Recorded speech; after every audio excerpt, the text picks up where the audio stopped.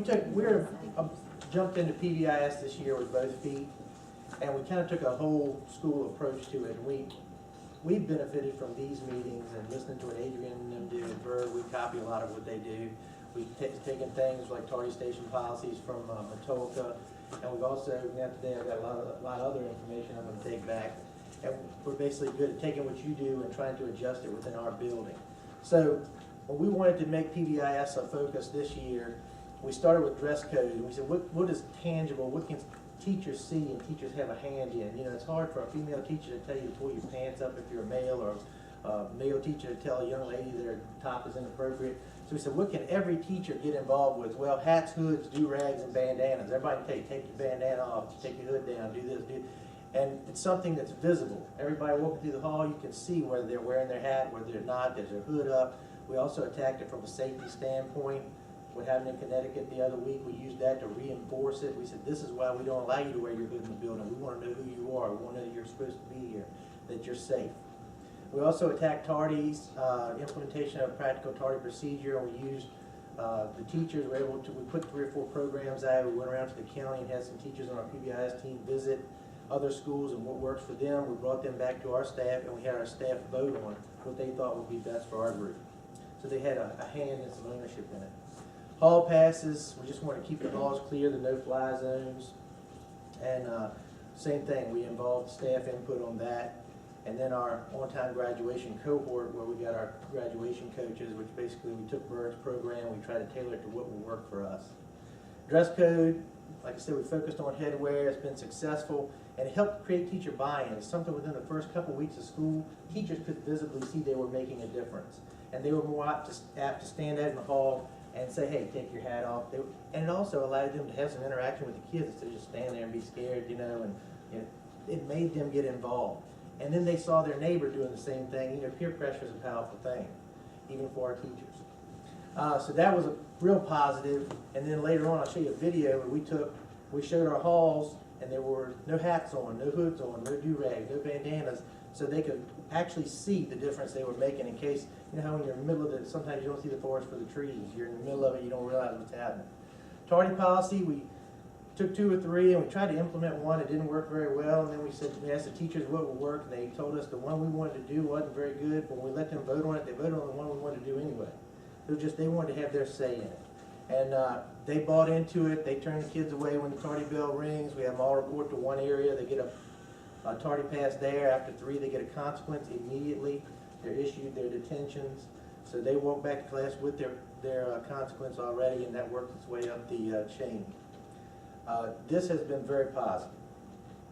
And our tardy statistics, this is just first period tardies. And we looked at it by grade level, by month. And you say, well, you know, you see some decreases, and then some teachers say, well, December's a short month, of course we're going to have less. And I was like, thanks for bursting my bubble there. But the powerful numbers are at the bottom. I looked at the numbers of first period tardies in 2011, right before we left for the winter break, and we had 4357.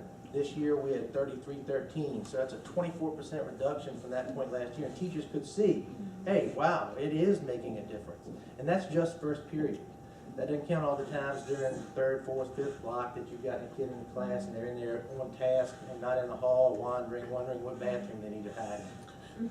Hall video we'll get to later. I had this really well done, that I sent it via email, and of course technology let me down. I'm sure it wasn't any problem I had. It was probably enough. On-time graduation mentors, like I said, we modeled Adrian's program at Bird because she does such a great job over there, and we said, what can we do to make this fit our kids? And we consulted with the PBIS team.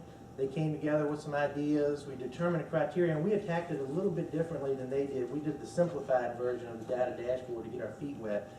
We knew the intervention we wanted. We wanted the check-in, check-out. And we knew we wanted to target that. We wanted that 70% that would respond to a minimal intervention. We wanted the kids they had the grades to graduate, they had the SOLs to graduate, they had no major discipline issues. They just weren't getting to school enough. They just had too many days out. That we figured they would respond best to the minimal intervention. So we created a data dashboard with the help of our counselors and other people. We selected a number. We said, let's attack 20 students, because they had like 50 or 60, 100 kids they were attacking last year. Wow, we want to make sure we're successful. Or supporting them. Supporting them. No, I like that. So there you go. That wasn't a PBIS term, was it?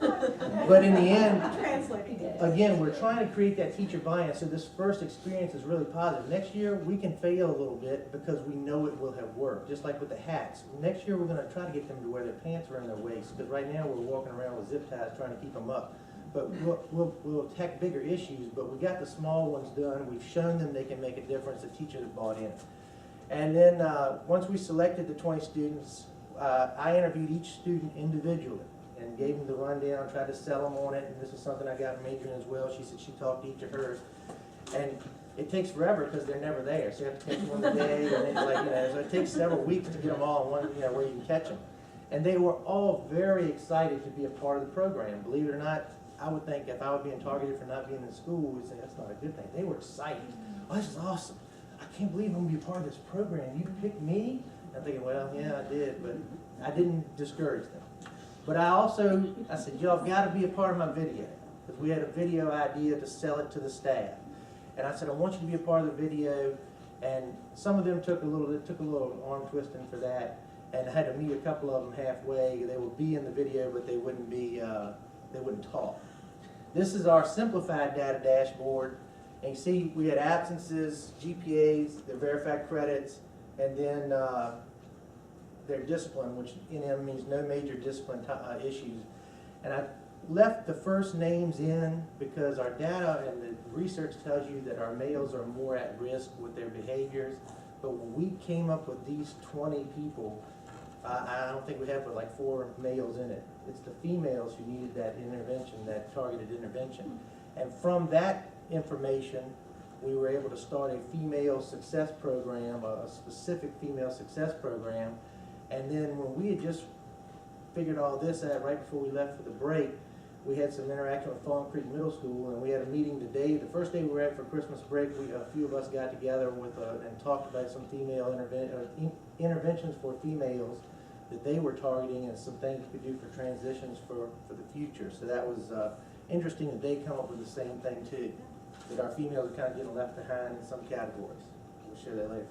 And our benefits, all in all, were staff morale has been great. People believe in it now. They say, oh, this does work. I can see the difference. They feel empowered because you're giving them buy-in, giving them a chance to have their say in it. It's open lines of communication. I know for me, I've worked with people and social workers and groups. It's helped me as a new person have a reason to meet some people and get involved. And identified other students of needs, because you know how we all sit down, and I know y'all been through this too. We need so-and-so needs some help too, but they don't fit this data dashboard, but they do need other tiered interventions, and we've been able to identify kids through that process.